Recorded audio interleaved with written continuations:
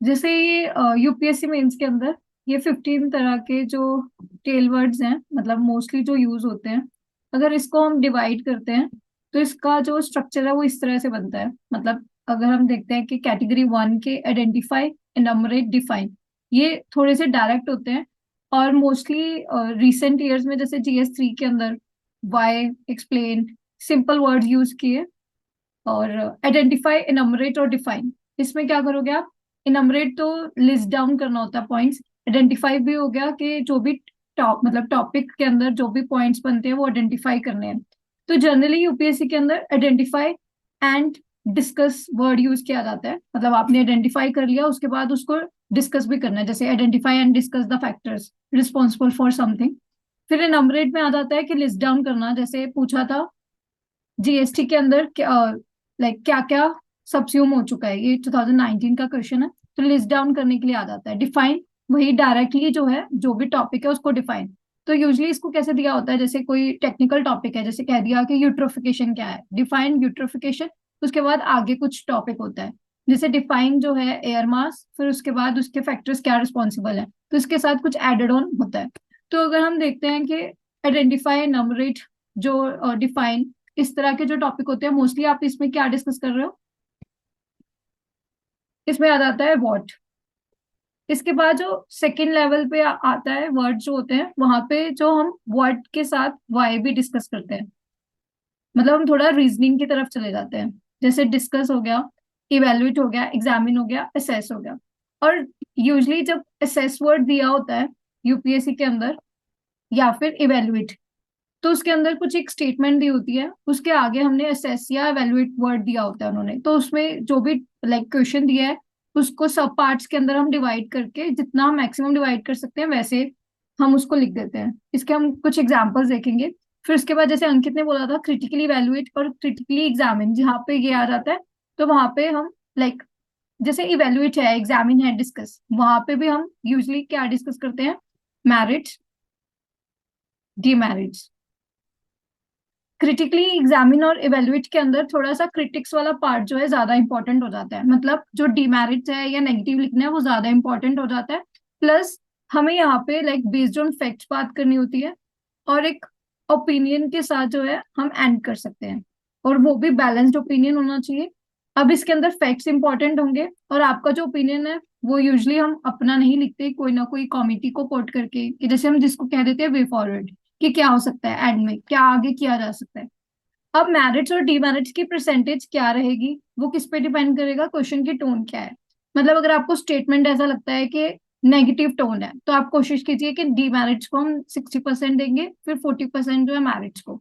अगर उसकी balance tone है तो हम 50-50 लिख सकते हैं। जैसे कई बार दिया होता है कि जो पॉलिसी है, मतलब वो उसके कारण, मतलब जैसे कोई भी अपकमिंग पॉलिसी है, जैसे ईआईए है, उसकी जो न्यू नोटिफिकेशन आई है उससे डाइल्यूट हो जाएंगी कुछ भी जो इन्वायरमेंटल प्रोटेक्शन है, तो इट्स अ नेगेटिव टोन, तो हम डीमेरिट्स को ज्यादा लिख देंगे, मैरिट्स को कम। अगर पॉजिटिव टोन है तो हम 50-50% कर सकते हैं। तो ये कुछ हो गई लेयरिंग। लेकिन अगर हम इसको क्वेश्चंस के थ्रू देखते हैं,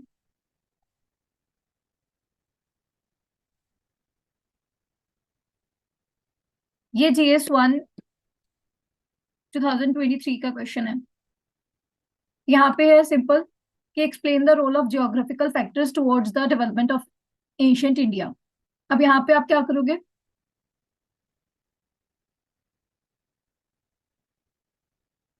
व्हाट प्लस वाई।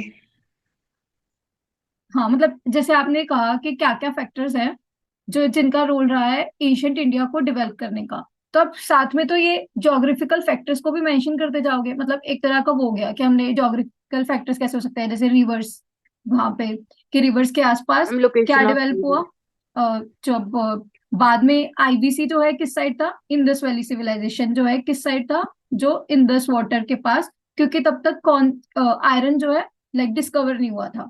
जब बाद में गंगा ब्रह्मपुत्र डेल्टा की साइड जब बनता है, जैसे हम मगध एम्पायर पढ़ते हैं, वो क्यों हुआ? क्योंकि आयरन जो है डिस्कवर हुआ। तो ज्योग्राफिकल फैक्टर एक तो रिवर हो गया। फिर आपने एक ज्योग्राफिकल फैक्टर जो इकोनॉमिक ज्योग्राफी के अंदर आ गया, वो आपने कहा कि आयरन की डिस्कवरी। तो ये आपकी जो रूपाली ने बोला कि वाई फैक्टर हो गया, रीजन जो है फैक्टर क्या हो गया? रिवर। और आप और कौन कौन से फैक्टर्स हो सकते हैं, जैसे माउंटेन्स, मतलब जिस तरह टेरेन जो है। Yes Ankit. Terrain terrain ma'am flat surfaces पे कासल बिल्ड करना इजी होता था। हाँ, तो आपने जैसे टेरन हो गया आपका फैक्टर, तो उसके बाद जो रीजनिंग है वो उसके साथ दी। यस आरती। मैम लाइक जो लोथल था वो पोर्ट वाला एरिया था, तो ट्रेड करने के लिए वहां पे हेल्प मिलती थी। हाँ, मतलब आप डॉकयार्ड जो है, मतलब हम कहेंगे पहले कि जो मैरीटाइम है, दिस इज जियोग्राफिकल फैक्टर। और वहां पे जो डॉकयार्ड डेवलप किया लोथल आईबीसी, तो इससे रीजन क्या हुआ, डेवलपमेंट क्या है एशियंट इंडिया की, इससे जो है रिलेशंस विद जो लाइक अरब कंट्रीज के साथ जो रिलेशंस थे वो हुए, जो हम पढ़ते हैं ना, लाइक मिलुआ हो गया। फिर उसके बाद आ जाता है discuss the consequences of the climate change on the food security in tropical countries. क्या लिखोगे इसमें?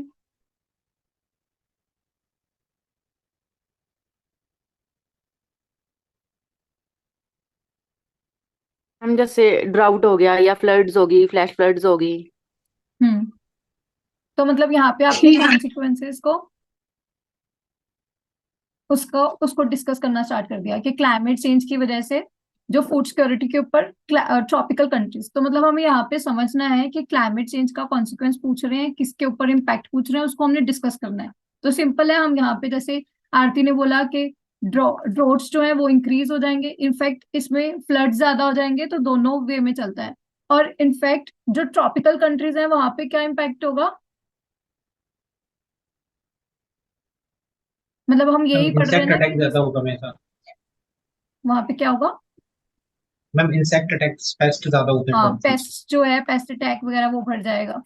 अब इसके अंदर ये बात आती है कि जो मतलब हम पढ़ते हैं कि कुछ कुछ एरिया जो पहले जो थे एरेबल नहीं थे, मतलब एग्रीकल्चर नहीं हो सकता था, उस पे होने लगेगा। जैसे हम नीदरलैंड वगैरह जो भी लाइक कोल्ड क्लाइमेट कंट्रीज हैं वहां पे होने लग जाएगा, लेकिन यहाँ पे जो है वो वायबल नहीं रहेगा। तो उस तरह हमने इम्पैक्ट लिखना है। तो यहाँ पे डिस्कस जो है थोड़ा सा एक्सप्लेनेशन वाला पार्ट हो गया।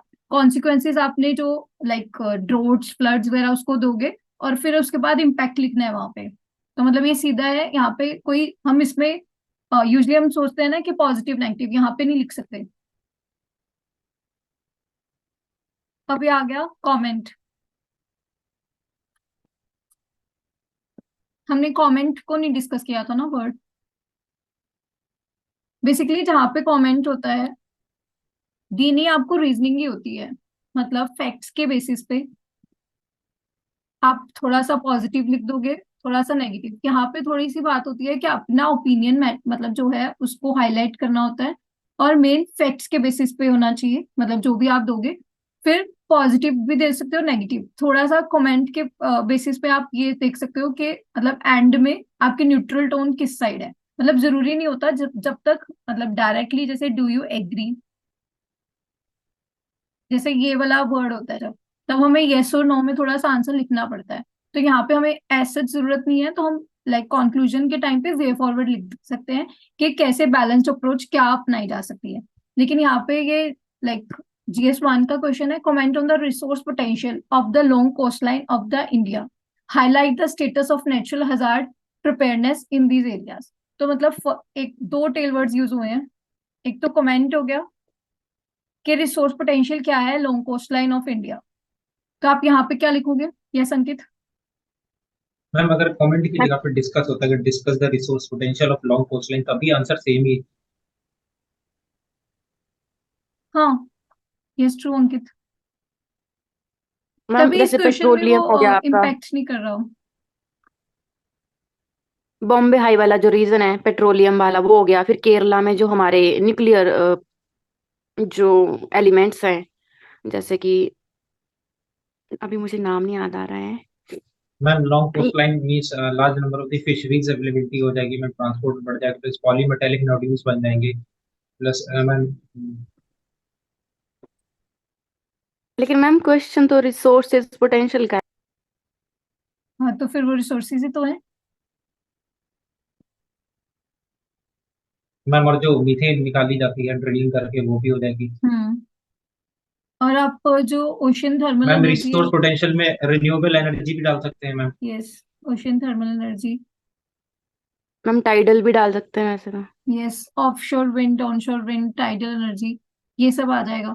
तो मतलब जब ऐसे रिसोर्सेज सोचना है तो थोड़ा सा अगर हम इस तरह डिवाइड कर देंगे कि एक तो हम रिन्यूएबल एनर्जी के लिए सोच लें, मतलब जो ग्रीन हम लाइक अडॉप्ट करने की कोशिश कर रहे हैं। एक ट्रेडिशनल जो कन्वेंशनल एनर्जी होती है उसको सोच सकते हो। फिर आप जो लोकल पीपल है उन पे किस चीज का, जैसे अंकित ने बोला फिशरीज, तो वो आपके दिमाग में आ जाएंगी। फिर जो भी न्यू साइंटिफिक है, हम uranium deposits. Uranium deposits coast line के अंदर तो नहीं है। और अगर आपको ऐसे मेंशन भी करना है, मैम इंडिया के थोरियम अंदर होता है शायद। थोरियम ज्यादा है। तो केरला केरला से हाँ, केरला के मोनाजाइट सैंड्स। मोनासाइट्स। मोनाजाइट्स।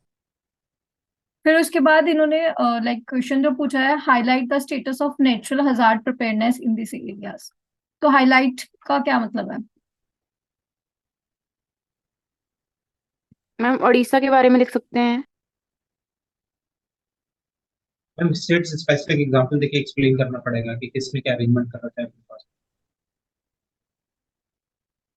हाँ मतलब जो अंकित आपने बोला स्टेट स्पेसिफिक, मतलब एक प्रॉपर हर किसी के पास नहीं होगा। आप एक बार जनरल जैसे आप प्रिपेयर करके ही गए होंगे कि जो कोस्ट लाइन के अंदर जैसे हम कैसे हजार आते हैं, पहले तो आप सोचोगे कि साइक्लोन के बारे में मुझे लिख देना है, मुझे सुनामी के बारे में लिखना है। और इनफैक्ट जैसे वहां पे मैंग्रोव्स के रिगार्डिंग क्या होगा, कोस्टल रेगुलेशन जोन जो है, मतलब एक बार आप जो ब्रॉड होगा जो नेशनल लेवल पे आप पढ़ के जाते हो, एनडीएमए की गाइडलाइंस वगैरह जो भी आप पढ़ के जाते हो उसको तो आप मेंशन करोगे ही, क्योंकि वो भी तो इम्प्लीमेंट हो रही होगी। फिर उसके बाद आपके पास अगर कुछ स्टेट स्पेसिफिक एग्जांपल्स हैं, जैसे उड़ीसा की कोई केस स्टडी हो कि वहां पे जो कम्युनिटी को इन्वॉल्व करके वो कैसे जो है एवैक्यूएशन होता है उनका, मतलब जो भी जैसे वो साइक्लोन आता है जब वहां पे, मतलब जीरो कैजुअलिटी होती है वहां पे, आप वो मेंशन कर सकते हो। केरला के फ्लड्स के रिगार्डिंग जितना ज्यादा लाइक इंफ्रास्ट्रक्चर का वो हुआ मेंशन कर सकते हो। मतलब आप स्टेट के रिगार्डिंग आपके पास दो तीन एग्जांपल्स ही होंगे, उसको मेंशन कर दो, बट साथ साथ जो नेशनल लेवल पे एनडीएमए के जो भी गाइडलाइंस या फिर आपने कोई भी हजार्ड का प्रिपेयर किया उसको मेंशन करिए।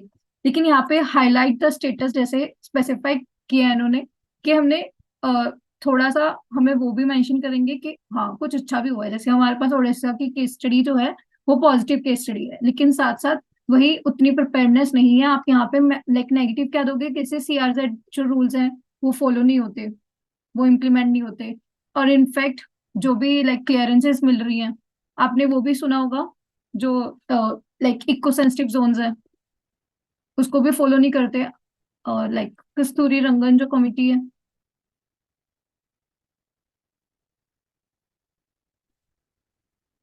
उसने यही बोला था ना कि वेस्टर्न घाट्स को पूरे को वो लाइक अब डिक्लेयर कर दो ये सेट, तो उसको भी नहीं किया। तो ये कुछ कुछ चीजें जो है आप हाईलाइट कर सकते हो कि उतना प्रिपेयरनेस नहीं है। और केरला फ्लड्स जो है एक मेजर फ्लड्स थे जहाँ पे बहुत ज्यादा लाइक इंफ्रास्ट्रक्चर का लॉस हुआ है, आप उसको मेंशन कर लीजिए। लेकिन ये लिखते वक्त आपको हजार प्रिपेयरनेस की बात हो रही है तो तीन एंगल जरूर पकड़ने हैं। एक तो जो एडमिनिस्ट्रेशन है, मतलब उसकी वर्किंग कैसे होती है, सेकंड कम्युनिटी की कैसी प्रिपेयरनेस है, फिर बात आती है थर्ड जो आपकी लाइक इंफ्रास्ट्रक्चर कितना रेजिलियंट है, फोर्थ आप इन्वायरमेंट कितना ज्यादा इम्पैक्ट होता है उससे। आप उस मतलब एक वाइल्ड लाइफ होगी, मतलब इन्वायरमेंट मतलब वाइल्ड लाइफ पे क्या इम्पैक्ट पड़ रहा है, फिर नेक्स्ट इज कम्युनिटी, फिर हमारा जो एडमिनिस्ट्रेशन है, फोर्थ इज इंफ्रास्ट्रक्चर। तो अब ये फोर जो स्टेक होल्डर्स हो गए, मतलब क्वेश्चन को सोचते वक्त आप उसको माइंड में रखते हुए आप लिख दोगे। अब यहाँ पे मतलब वही आपके पास ऑलरेडी डाटा जो नेशनल लेवल वाला है वही यूज करना है, बस साथ में थोड़ी थोड़ी एग्जांपल्स दे देनी है। अब ये आ गया आइडेंटिफाई, वही पहले आइडेंटिफाई बोल दिया, मतलब हमने लिस्ट डाउन करना है जो भी फैक्टर्स है, फिर उसको डिस्कस करने को बोला है साथ साथ। Factors responsible for the diversity of the natural vegetation in India. क्या आया दिमाग में? मैम लॉन्ग कोस्ट लाइन सबसे फर्स्ट। ओके, हाँ मैम मतलब अच्छी ट्रॉपिकल टू वो है टेम्परेट जो हमारा, स्ट्रेटेजी। क्या? मैम ट्रॉपिकल से लेके टेम्परेट हमारा जो है वो वाइड हाँ मतलब आप कह सकते हो कि हमारे ज्योग्राफिकल पास डिस्ट्रीब्यूशन है। टेम्परेट क्लाइमेट भी है, ट्रॉपिकल क्लाइमेट भी है, उसकी वजह से ma'am we diversity. Have we ma'am we have the advantage of latitude as well ma'am as Himalaya altitude variation. Himalayas भी हैं। हम्म। मैम एल्टीट्यूड का भी हम लोग के पास में एडवांटेज है।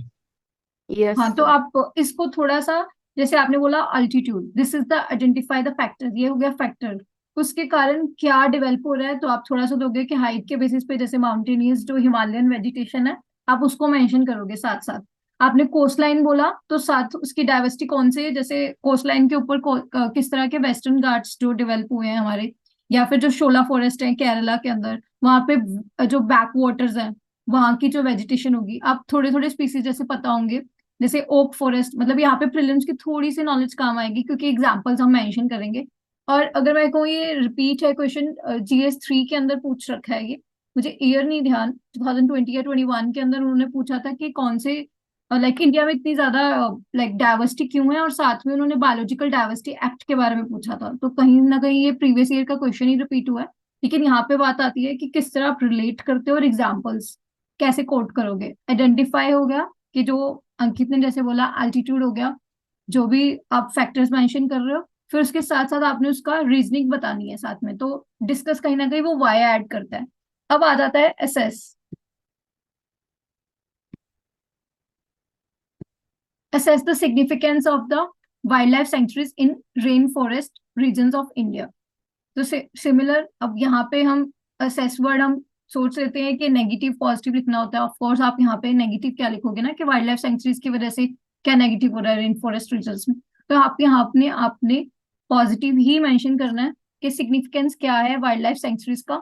अब ऊपर आप थोड़ी सी मतलब एक कनेक्टिंग पैराग्राफ बनाने के लिए आप बता सकते हो कि वाइल्ड लाइफ सेंचुरीज किसके अंदर हम क्रिएट करते हैं, फिर उसका सिग्निफिकेंस क्या हुआ है। अब यहाँ पे इन्होंने स्पेसिफिक क्या किया है, रेन फॉरेस्ट रीजन्स।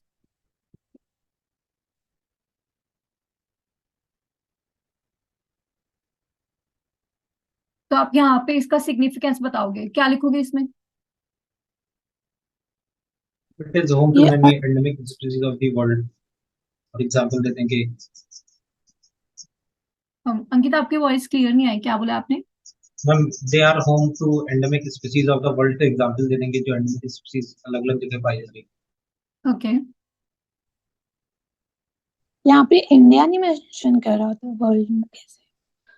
नहीं नहीं, rain forest region of India की बात है। हाँ, तो जैसे अंडमान में रेन फॉरेस्ट रीजन है, हम्म अंडमान निकोबार, तो सिग्निफिकेंस इसमें ये बोल सकते हैं कि उसकी वजह से सिग्निफिकेंस कि इंफ्रास्ट्रक्चर बिल्डअप हुआ उधर, ऐसे वाइल्ड लाइफ सिग्निफिकेंस की sanctuaries, tourism we are saying कि if we are creating wildlife sanctuary, तो एनिमल्स। ऑब्वियस सी बात है हम उसको नेचुरल पोजीशन में छोड़ना चाहते हैं, तो आपको थोड़ा सा उसका जो हैबिटेट है वो प्रोटेक्शन हो रही है, मतलब रेन फॉरेस्ट रीजन के अंदर क्या सिग्निफिकेंस आप कैसे कहोगे, क्योंकि वाइल्ड लाइफ प्रोटेक्शन होगी, क्योंकि उसका हैबिटेट मतलब उसकी जो हम नीश जो है मतलब फंक्शनैलिटी उसको हम मेंटेन कर पा रहे हैं। सेकेंड, रेन फॉरेस्ट रीजन में क्या इंपॉर्टेंट होता है, वेजिटेशन, मतलब उसके जो भी स्पीसी हैं वो, मतलब फिर उसकी सॉइल, मतलब आप थोड़ा थोड़ा रेन फॉरेस्ट रीजन में जो भी उसके कंपोनेंट्स है वो प्रोटेक्ट हो रहे हैं उसकी तरफ लिखोगे, मतलब उसका सिग्निफिकेंस क्या पड़ा वाइल्ड लाइफ सेंचुरीज की वजह से। तो वाइल्ड लाइफ सेंचुरीज आप सोचोगे कि मतलब जो हम पढ़ते हैं एनवायरनमेंट के रिगार्डिंग, उसके अंदर उसको क्या क्या प्रोटेक्शन है, उसके बेसिस पे जैसे मान लो कि वहां पे जो भी है जो रिसर्च है सिर्फ वही अलाउड होती है, मतलब ऐसे कंट्रोल्ड रहता है एग्रीकल्चर, और जो भी इंफ्रास्ट्रक्चर डेवलपमेंट होता है जो भी परमिशंस लेनी पड़ती है, तो मतलब वहाँ का हैबिटेट प्रोटेक्शन, फिर जो भी ट्रीज हैं स्पीसीज है उनको काटा नहीं जा सकता, तो ये सिग्निफिकेंस हो गई।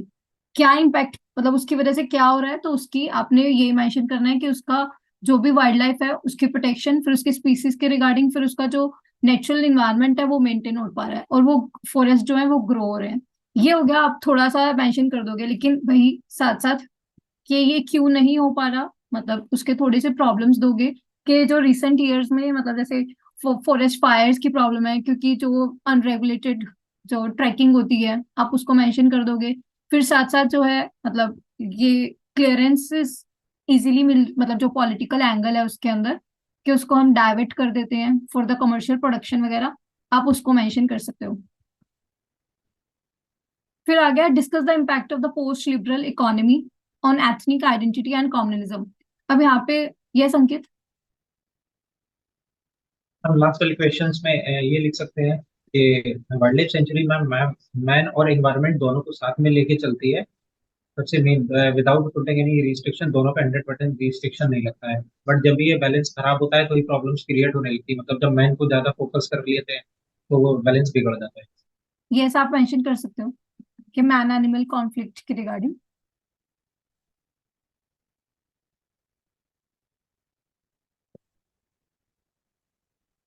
फिर आ गया discuss the impact of post liberal economy on ethnic identity and communalism. यहाँ पे जो सोसाइटी का टॉपिक है कम्युनलिज्म और जो एथनिक आइडेंटिटी का इशू है उसका उसके ऊपर इम्पैक्ट पूछा है किसका, पोस्ट लिबरल इकोनॉमी का। अब पोस्ट लिबरल इकोनॉमी क्या होता है? 1991 के बाद 1990s आफ्टर तो मतलब हम इसमें क्या मेजर चेंजेस थे? मैम ग्लोबलाइजेशन की वजह से profession as a aspect ma'am identity से हट गया था। तो मतलब हमें पोस्ट लिबरल इकोनॉमी से ये याद आ जानी चाहिए कि लिबरलाइजेशन, प्राइवेटाइजेशन और ग्लोबलाइजेशन, इसको माइंड में रखना है। अब इसका इम्पैक्ट पूछा है एथनिक आइडेंटिटी पे और कम्युनलिज्म पे। सिंपल, जो भी आपने इशू है कि इनइक्वालिटी जो है इसकी वजह से जो रेज हुई है, और जो मतलब रिलेटिव डेप्रीवेशन होती है, मतलब अगर हम समझते हैं कि किस वजह से होती है, मतलब ये आप सोसाइटी जब पढ़ोगे आपको समझ आ जाएगा। ये जो फीलिंग ऑफ रिलेटिव डेप्रीवेशन होती है उसी की वजह से वो जो सेल्फ, हम जो आइडेंटिटी क्रिएट होती है और उसको हम उससे ये जो भी निकलते हैं, जैसे एथनिक नेशनलिज्म का कंसेप्ट है, कम्युनलिज्म का कंसेप्ट है। इनफैक्ट जो कास्ट की मतलब आइडेंटिटीज क्रिएट होती हैं इसी वजह से क्रिएट होती हैं। तो आपको उसका इम्पैक्ट को डिस्कस करना है। मतलब आप इस पे पॉजिटिव भी लिखोगे, नेगेटिव भी लिखोगे कि एथनिक आइडेंटिटी जो है मतलब हो सकता है कि वो स्ट्रेंथन हुई हो, उसकी एग्जांपल्स दोगे, और उससे डाइल्यूट हुई है। मतलब हमने जैसे वो बहुत बार क्वेश्चन आया, आपने अगर देखा होगा प्रीवियस ईयर सोसाइटी के क्वेश्चन, कि जो कास्ट आइडेंटिटीज हैं वो एज अ कंसेप्ट जो है वो डाइल्यूट हो रहा है, बल्कि क्लास एज अ कंसेप्ट वो रेज हो रहा है। तो मतलब कास्टिज्म है उसकी आइडेंटिटीज रिजिड हो रही हैं, ये भी क्वेश्चन आ चुका है प्रीवियस ईयर के अंदर। तो आपने उस वे में आंसर लिखना है इसको। एथनिक के अंदर आप कौन सा एंगल ले लोगे? जैसे नॉर्थ ईस्ट वगैरह को लेके जो अभी रिसेंट में मणिपुर वायलेंस था, आप उसको मेंशन कर सकते हो एज अ रिसेंट एग्जांपल। और कम्युनलिज्म के रिगार्डिंग कौन सी थी रिसेंट ईयर में? जैसे ज्ञानवापी वायलेंस हुआ था, जो नुपुर शर्मा कंट्रोवर्सी वगैरह थी, ये करंट की एग्जांपल्स हैं। आप उसको थोड़ा सा मेंशन कर दो तो ये हो जाएगा कि करंट के साथ रिलेट हो गया, लेकिन क्वेश्चन जो है वो पूछा सिलेबस से ही है। अब बस यहाँ पे जो पैरामीटर है, मतलब जैसे हम यूजली प्रिपेयर करके जाते हैं तो फैक्टर्स के हम सोशियो से लिख देंगे, पॉलिटिकल से लिख देंगे, लेकिन यहाँ पे यूजली अब जो क्वेश्चंस आ रहे हैं वो डायरेक्टली पूछ दे रहे हैं कि हमने फैक्टर बता दिया कि आप इकोनॉमिक कंटेक्स्ट में ही बात करोगे, उसका इम्पैक्ट लिखना है, उसके डिस्कस करना है इम्पैक्ट को। तो मतलब आपको एक्सप्लेन करना पड़ेगा कि उसकी वजह से कैसे चेंजेस हुए हैं।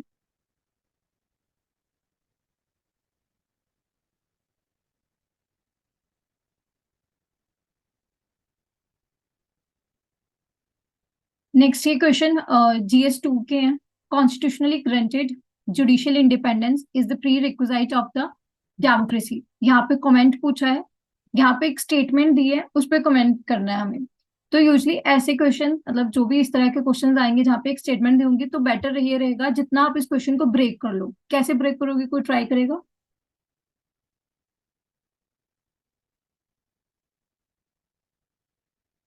पहले जैसे कॉन्स्टिट्यूशन कैसे गारंटी करता है जुडिशियल इंडिपेंडेंस, मतलब कॉन्स्टिट्यूशन में जो भी आर्टिकल्स है वो लिख दिया।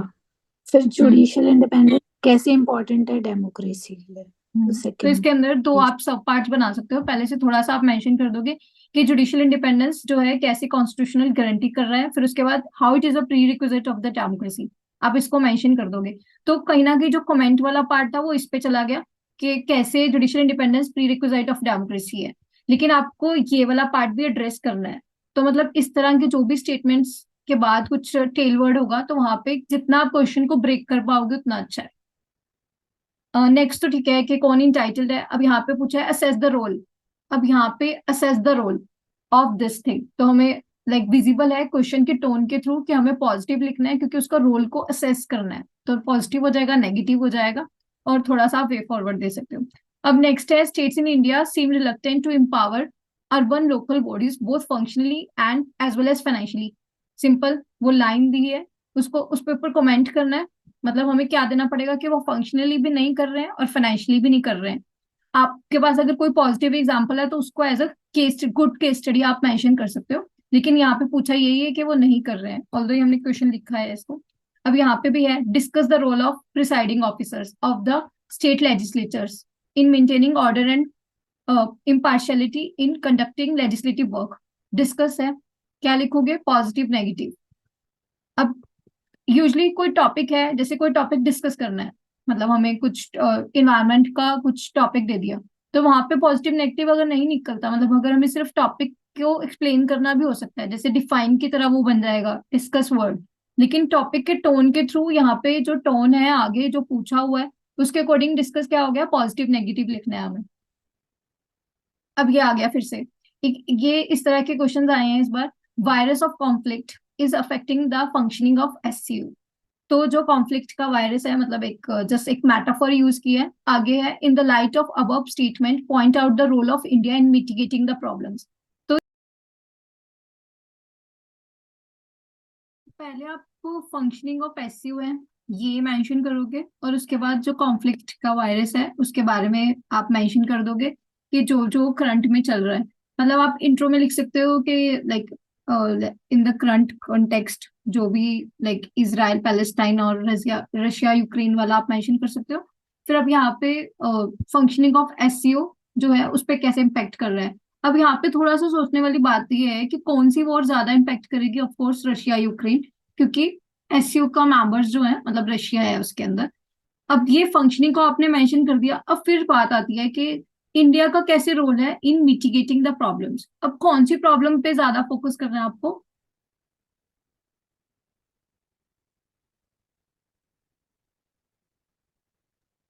मतलब यहाँ या पे किस रशिया में प्रॉब्लम की बात हो रही है। कॉन्फ्लिक्ट बिटवीन कंट्रीज जैसे रशिया यूक्रेन, और इंडिया और चाइना, इंडिया और पाकिस्तान का भी हो सकता है। हम्म, ओके। अंकित, मैम अर्चना। ऑल्टरनेट रूट चूज करना, मैम डिपेंडेंसी डिक्रीज करना। तो बेसिकली अगर हम देखते हैं क्वेश्चन को ध्यान से पढ़ते हैं, तो यहाँ पे कहा है कि virus of conflict is affecting the functioning of SCU. तो यहाँ पे जो मेजर फोकस है वो मैम जो भी एससीयू की ऑपरेशन फंक्शनिंग चलाए पे हैं, है। जैसे कौन सा ऑपरेशन। हम इंडिया ने बहुत सारे ऑपरेशन चलाए ना डिफरेंट डिफरेंट कंट्रीज में, क्या उनको हम्म। मेंशन कर सकते हैं यहाँ पे? हाँ, आप लाइक इसको एज अ पॉजिटिव के इंडिया ने क्या क्या किया है इसके लिए आप वो मेंशन करिए। अब यहाँ पे जो जिसमें बात जैसे हो रही है क्या गई? जो इंडिया का role in mitigating the problems, अब यहाँ पे किस फंक्शन लाइक एससीओ की फंक्शनिंग पे फोकस की है, तो आपको इस पे ज्यादा फोकस करना है कि अगर हम एससीओ की जो फंक्शनिंग है, मतलब जो बैलेंस है बिटवीन द कंट्रीज, जो मतलब एक वो बन गया है ना, ग्रुपिज्म टाइप्स हो गया है कि कुछ रशिया की तरफ है कुछ यूक्रेन की तरफ है, या फिर रूपाली जो मेंशन किया कि इंडिया वर्सेस पाकिस्तान वाला एंगल। तो यहाँ पे आपको इंडिया का role in increasing the functioning of SCO उस पे फोकस कर रहा है मेजर, क्योंकि क्वेश्चन उसी की बात कर रहा है। अब आ गया, skill development programs have succeeded in increasing the human resources supply to the various sectors in the context of the statement analyze the linkages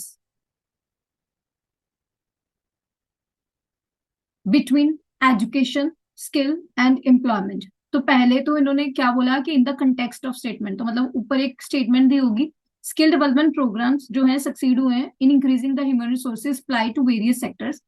अब इस स्टेटमेंट के कंटेक्स्ट में हमने एजुकेशन स्किल और एम्प्लॉयमेंट के अंदर जो लिंकेजेस हैं उसको समझना है। अगर हम सिलेबस की लाइन देखते हैं, मतलब जब हम जीएस 2 के अंदर ये टॉपिक्स देखेंगे, तो अगर हम जीएस 1 जीएस 2 और जीएस 3 को क्लब करते हैं, तो अगर हम सोशल सेक्टर्स देखते हैं तो सिलेबस के अंदर एक तो पॉवर्टी मेंशन्ड है, हंगर मेंशन्ड है, हेल्थ, एजुकेशन, ह्यूमन रिसोर्स,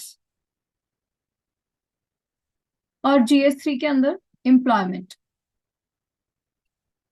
तो ये कुछ सोशल सेक्टर्स आते हैं। मतलब अगर हम वनरेबल सेक्शंस को साइड पे रखते हैं एक बार, तो अगर आपने कोई भी क्वेश्चन इनइक्वालिटी की बात हो या कुछ इस तरह, तो आपने ये दिमाग में रखनी है कि इनके कंटेक्स्ट में बात करनी है। अब अगर बात होगी कभी भी मतलब एजुकेशन ह्यूमन रिसोर्स की, तो अगर मान लो कि एजुकेशन पे कुछ क्वेश्चन आया है, तो आपको ह्यूमन रिसोर्स पे बात जरूर करनी है, मतलब स्किल पे। फिर आपको एम्प्लॉयमेंट पे बात करनी है। तो ये तो तीनों जो है एक ट्रिनिटी की तरह होता है। अब इसी पे इन्होंने क्वेश्चन बना दिया कि एजुकेशन, स्किल और एम्प्लॉयमेंट की लिंकेजेस को हमने एनालाइज करना है।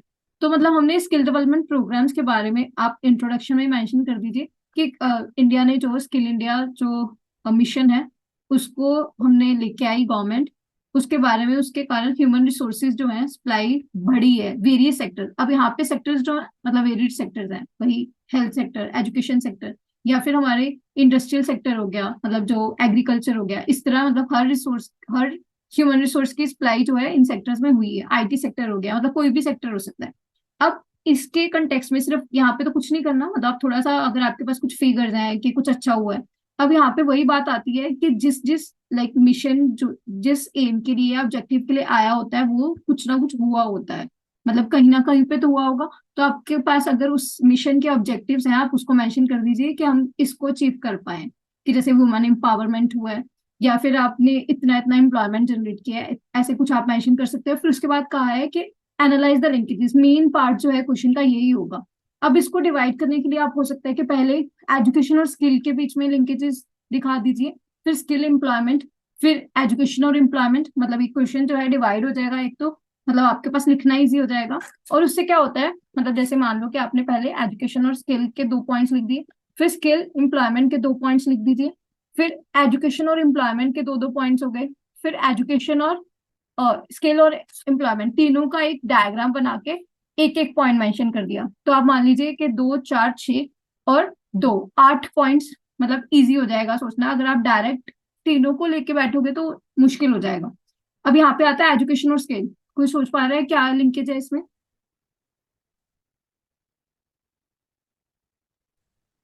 अगर एजुकेशन में लगे तो वो स्किल्स प्रोवाइड करना इजी हो जाएगा, हम्म। हमें जैसे practical आईटी मैम सेक्टर में। एजुकेशन अच्छी होगी तो कॉम्प्लेक्सिटी ऑफ स्किल्स भी बढ़ा सकते हैं। हम्म। और स्किल और एम्प्लॉयमेंट में मैम स्किल्स होगी तो एम्प्लॉयमेंट का वेरिएशन, डाइवर्सिटी ज्यादा होगी। एम्प्लॉयमेंट लिमिटेड सेक्टर्स पे फोकस नहीं मतलब आप कह सकते हो ना कि अगर हम like ma'am highly skilled non professional की, टेक्निकल और टेक्निकल, सॉरी। जैसे मैम स्किलिंग होती है ना, तो कुछ लोग जो होते हैं वो टेक्निकल चीजों में ज्यादा होते हैं। मतलब कुछ लोग पढ़ने में उतने अच्छे नहीं होते, लेकिन वो नॉन टेक्निकल चीजों में ज्यादा इंटेलिजेंट होते हैं, तो उनको एम्प्लॉयमेंट वहां दे सकते हैं। इसमें आरती जो आपने बोला, हम लेमन लैंग्वेज में वही वर्ड्स यूज करते हैं जो आपने बोले। लेकिन क्या होता है, जो आपने कहा ना कि पढ़ने में बहुत ज्यादा अच्छे होते हैं, उसको हाईली स्किल्ड बोलते हैं हम। जो बोला कि कुछ चीजें मतलब थोड़ा बहुत सीख के, वो सेमी स्किल्ड वर्ड यूज किया जाता है। जैसे हम कह सकते हैं ना, जैसे प्लम्बिंग का वर्क सिखा दिया, जो यस मैम। इलेक्ट्रिशियन होते हैं, मतलब उसको हम सेमी स्किल्ड की कैटेगरी में ले लेते हैं।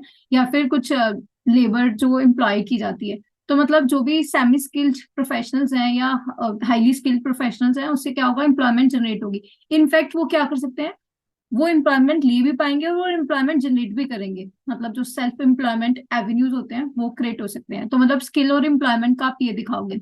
अब इसके अंदर आपके पास, जब आप प्रिपेयर कर रहे होंगे, तो आपके पास कुछ डाटा भी होगा। जैसे अगर हम कहते हैं कि एजुकेशन है हमारे इंडिया के अंदर, राइट? एजुकेशन अगर हम देखते हैं कितने ग्रोस इनरोलमेंट रेशियो, मतलब अगर हम प्राइमरी लेवल पे देखते हैं 99% है। इनफैक्ट हायर एजुकेशन के अंदर भी 25% है। ये कुछ होंगे, लेकिन एम्प्लॉयबल कितने हैं? तो यहाँ पे नारायण मूर्ति जी की जो एक बात आती है कि अगर हम देखते हैं टोटल इंजीनियर में से सिर्फ 20% जो है वो एम्प्लॉयबल है। तो इस क्वेश्चन के अंदर वो डाटा जो है वो कोट करना इंपॉर्टेंट होगा कि एजुकेशन आपने प्रोवाइड कर दी, बट कितने एम्प्लॉयबल है, आप उसको मेंशन करिए।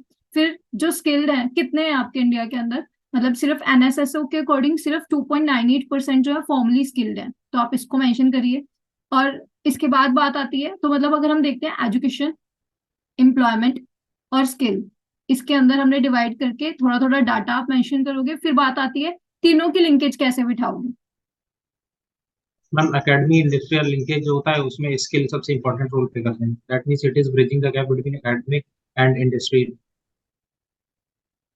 और सॉरी, कौन सी इंडस्ट्री बोला आपने?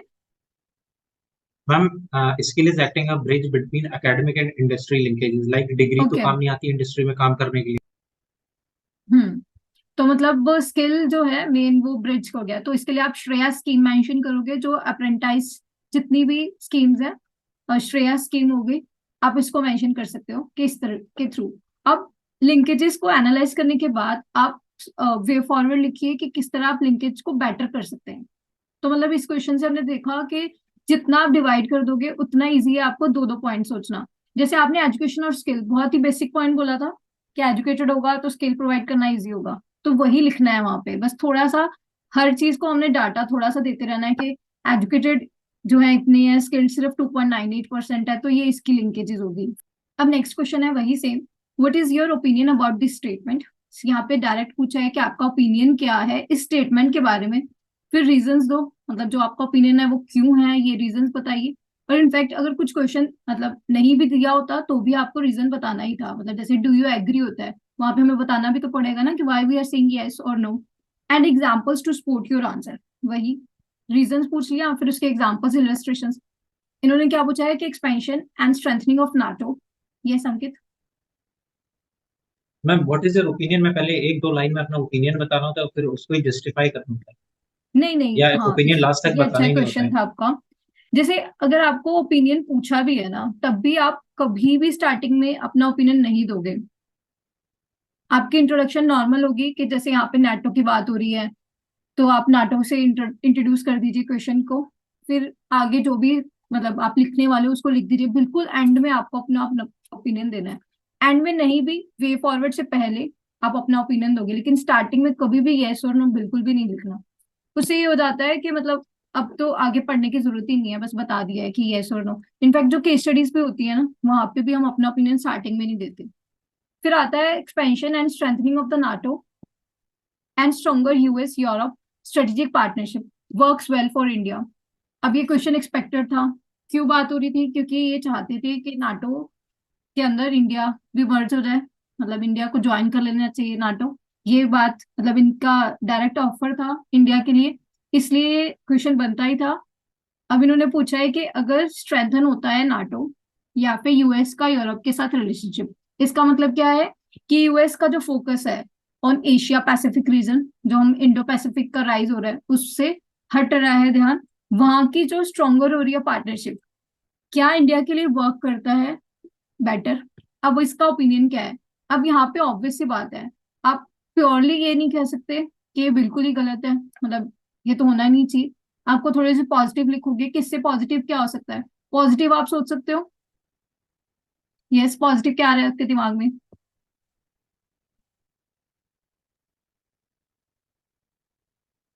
आई गेस चाइना वाला पॉइंट।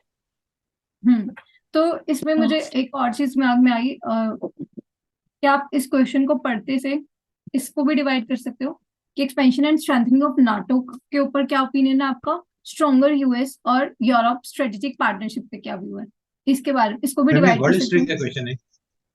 सॉरी, मैम, ये वर्ल्ड हिस्ट्री का क्वेश्चन है। नहीं नहीं नहीं, ये GS2 का क्वेश्चन है। क्योंकि अभी करंट में मतलब जो न्यूज के अंदर चल रहा था, क्योंकि रशिया यूक्रेन की वॉर के बाद जैसे फिनलैंड के बारे में आपने पढ़ा होगा कि नाटो ज्वाइन कर लिया है, फिर उसके बाद यूक्रेन वाली जो वॉर थी ये भी इसीलिए स्टार्ट हुई थी कि वो नाटो ज्वाइन करने वाला था।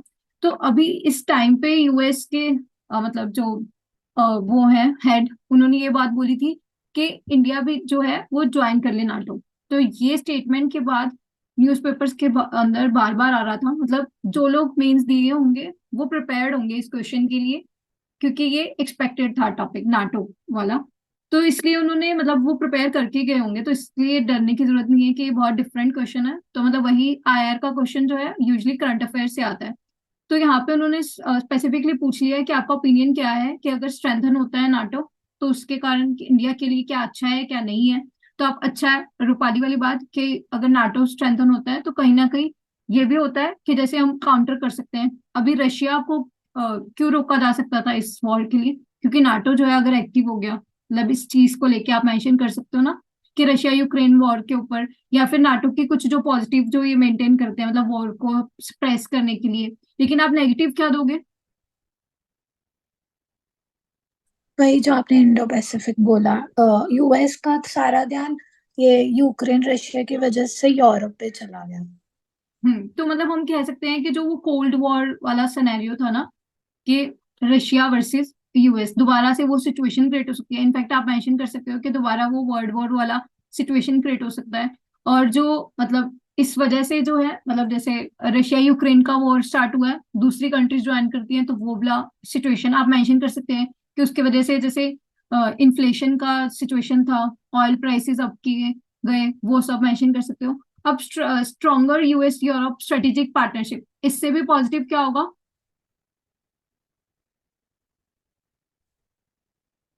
बस काउंटर रशिया या चाइना या पाकिस्तान, मतलब इंडिया के लिए वो बन रहा है। और ये भी फायदा है कि जैसे अगर ये मतलब स्ट्रॉन्गर होते हैं, जैसे हमारे यूएस के साथ अच्छे रिलेशंस हैं, तो हमारे मैम यूरोप मिडिल के ईस्ट में साथ भी बैलेंस, बनेंगे। क्या कहा है अंकित? मैम मिडिल ईस्ट में बैलेंस बनाने के लिए यूएस का साथ देनी पड़ेगी। हाँ, मतलब आप उस वे में मेंशन करोगे कि स्ट्रॉन्गर अगर इनके स्ट्रेटेजिक पार्टनरशिप है, जैसे अभी रिसेंट ऑकस बना है ना, तो हम कह सकते हैं कि इंडिया फ्यूचर में इसको ज्वाइन कर सकता है, मतलब सबमरीन डेवलपमेंट के लिए। इन मतलब जो भी हमारे डिफेंस सेक्टर में डेवलपमेंट आएगी, थोड़ा सा आप उसको मेंशन करिए, क्योंकि ये बहुत ही ऐसा तो है नहीं कि मतलब ये जो यूपीएससी प्रिपेयर कर रहा है उसको पता होगा कि क्या होने वाला है। हो सकता है इंडिया मतलब 5 7 10 साल बाद नाटो ज्वाइन ही कर ले, मतलब अभी तक तो कुछ, अभी ये है कि हम नॉन अलाइनमेंट है, लेकिन अभी कुछ पता थोड़ी है कि 10 साल बाद कर ले, और हमें कैसे पता होगा? तो हमें बस ये प्रिपेयर रहना है कि हमें बिल्कुल नेगेटिव नहीं लिखना और पूरा का पूरा पॉजिटिव नहीं लिखना। नेगेटिव जो है वो यूजली न्यूज़पेपर से पढ़ा ही होता है कि इससे क्या क्या नुकसान होंगे, तो पॉजिटिव थोड़ा थोड़ा लिख दो कि जैसे डिफेंस सेक्टर में सोच लो कि उसके हमारे स्ट्रेटेजिक पार्टनरशिप की बात हो रही है कि साइंटिफिक हमारे पास हेल्प होगी, उतने ज्यादा जो है ट्रेड डेवलप हो सकता है, आप उसको मेंशन कर दीजिए। और इनफैक्ट इससे क्या होगा कि मतलब जो मल्टीलेटरलिज्म है, मतलब यूएन, वो हो सकता है कि फ्यूचर में दोबारा से लाइक एक्टिव सिचुएशन में आ जाए। तो आप उस तरह से एग्जांपल्स दे सकते हो, रीजंस यहाँ पे पूछा है, मेन यही है कि एंड में ओपिनियन देना है। अब लास्ट क्वेश्चन, ये भी जीएस 2 का क्वेश्चन है। एक सेकंड। हम क्या पता 10 साल बाद नाटो ही ना रहे। हाँ एग्जैक्टली। अब आता है, sea is an important component of cosmos, discuss in the light of above statement the role of IMO in protecting environment and enhancing maritime safety and security. Ma'am एक one of the most important role है ma'am, जो shipping lines होती हैं उनको control करता है IMO. तो trade blockages वगैरह होते हैं, शिपिंग रूट्स ब्लॉकेजेस होता है। हम्म मेरीन पॉल्यूशंस पे भी लॉज बनाता है, उस पे भी रिगार्डिंग इश्यूज कंट्रोल करता है। जैसे हम्म ऑयल स्पिल्स वगैरह हो जाते हैं तो कंट्रीज को रिस्पॉन्सिबिलिटी लेने के लिए बोलते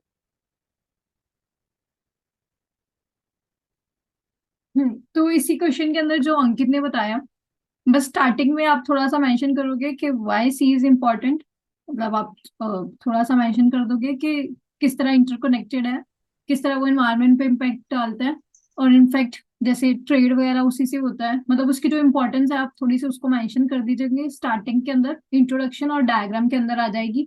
फिर रोल ऑफ आईएमओ के अंदर आपने मेंशन करना है, जो भी अंकित ने बोला कि प्रोटेक्टिंग इन्वायरमेंट, इसके जो भी पॉइंट्स आ रहे हैं, अगर आप इसको सेग्रीगेट कर पाओगे, मतलब अगर आपके पास इतने सफिशिएंट पॉइंट है कि 2 पॉइंट्स दे पाओ, इन्वायरमेंट, फिर मैरीटाइम सेफ्टी एंड सिक्योरिटी, और जो एक मैरीटाइम पायरेसी के साथ लिंक्ड होता है, मतलब यही बताता है आईएमओ कि हाई रिस्क जोन क्या है, आप उसको दिखा सकते हो आईएमओ के कारण, मतलब किस तरह इन्वायरमेंट प्रोटेक्ट होता है। अब यहाँ पे जो नॉलेज होती है, मतलब हमारे पास कुछ कुछ चीजें होंगी, अगर पढ़ा होगा इसके करंट मिशंस वगैरह जो भी आए होंगे, मतलब जैसे इन्वायरमेंट, उसके अंदर प्रीलिम्स के अंदर यूजली क्वेश्चन आता है, ऑप्शन में दिया होता है इंटरनेशनल मैरीटाइम ऑर्गेनाइजेशन का है ये प्रोग्राम वगैरह है कुछ भी।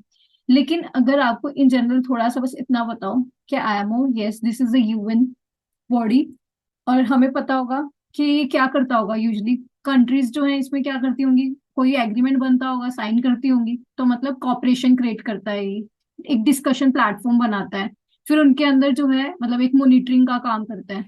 तो मतलब कहीं ना कहीं जो एक ब्रॉडर नॉलेज है ना, उसको यूज करके आप आंसर लिख दीजिए। मतलब 4-5 पॉइंट्स आपके इसी से बन जाएंगे। जरूरी नहीं होता कि आपके पास स्पेसिफिक होगा कि इसने कौन सा कोई भी मिशन या प्रोग्राम किया है। तो मतलब जो जनरल वर्ड्स हैं उसको ही यूटिलाइज करिए कि मॉनिटर करता होगा, कंट्रीज के अंदर कंसेंसस बिल्ड करता है, उनके अंदर जो knowledge sharing, technical assistance provide करता होगा ये कंट्रीज को। इस तरह के वर्ड्स जो है, मतलब कोई भी बॉडी का आपने प्रिपेयर किया होगा तो ये फंक्शनिंग होती ही है। बस ये होता है कि जैसे आईएमओ एक एक ब्रॉडर ऑर्गेनाइजेशन है, इसी के अंदर एक गवर्निंग काउंसिल होगा, कोई टेक्निकल काउंसिल होगा, मतलब इसकी जो बॉडी की जो स्ट्रक्चर होता है अलग अलग काम करती होगी। लेकिन आपको तो ब्रॉडर पूछा है, आप इस तरह मेंशन कर सकते हो। अब अगर आपके पास स्पेसिफिक एग्जांपल्स हैं आप उसको लिख दीजिए। और यहाँ पे स्टिल आपको क्या देना पड़ेगा, थोड़ा सा कि करंटली क्यों नहीं फंक्शन कर पा रहा। थोड़े से नेगेटिव वो सबके ही सेम होते हैं कि यूएन के अंदर अगर हम देखते हैं तो कंसेंसस ही नहीं बिल्ड होता, मतलब जैसे एग्रीमेंट नहीं साइन हुआ है या कुछ भी, जो भी करंट सिनेरियो है उसके रिगार्डिंग। मतलब हमें भी पता है कि बहुत सारे एग्रीमेंट्स आते हैं, वो कितने के इम्प्लीमेंट होते हैं। तो थोड़ा सा आप नेगेटिव दोगे। ये मेन क्वेश्चन इसी पे ही होगा कि रोल क्या है आईएमओ का। और आप थोड़ा दे सकते हो कि कैसे एनहांस कर सकते हो, मतलब एडेड डायमेंशन ये हो सकती है कि वे ऑफ फॉरवर्ड क्या हो सकता है कि इसको एनहांस करने के लिए। लेकिन मेजर जो पोर्शन है वो यही है।